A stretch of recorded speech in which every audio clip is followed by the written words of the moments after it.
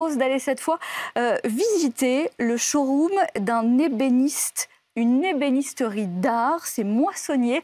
Reportage tout de suite avec Eva Jacot. La maison Moissonnier, fondée en 1885, est spécialisée dans l'ébénisterie d'art. Elle a été rachetée il y a un an par Christophe Martin. Ici, nous sommes devant leur nouvelle adresse, un lieu qui marque le renouveau de Moissonnier. La marque espère ainsi augmenter son chiffre d'affaires de 20 à 25% cette année.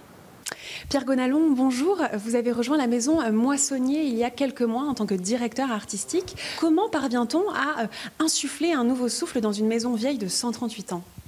Alors je pense qu'il faut bien connaître l'histoire des arts décoratifs, bien connaître aussi le design et essayer de trouver des parallèles entre ces deux époques, comme par exemple sur ce mobilier où on a une forme classique avec des poignées très contemporaines, mais aussi très très bien fabriquées par les artisans. Alors justement, vos ateliers sont situés à Bourg-en-Bresse avec une vingtaine d'artisans qui ont une vraie exigence. Finalement, on peut presque le comparer à une maison de haute couture.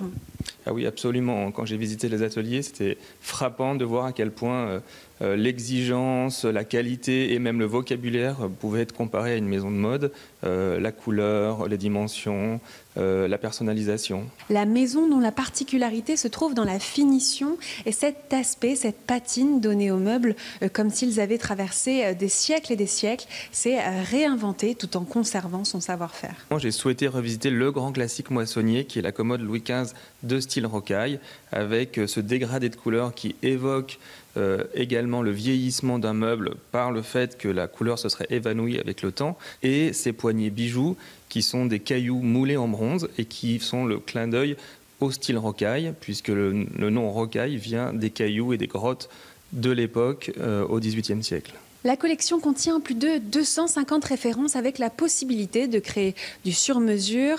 La clientèle est internationale, 80% du chiffre d'affaires se fait à l'étranger. Aujourd'hui, la maison compte une quinzaine de points de vente à travers le monde. Et au printemps, la maison va ouvrir un deuxième showroom, une villa de 600 mètres carrés à Dubaï.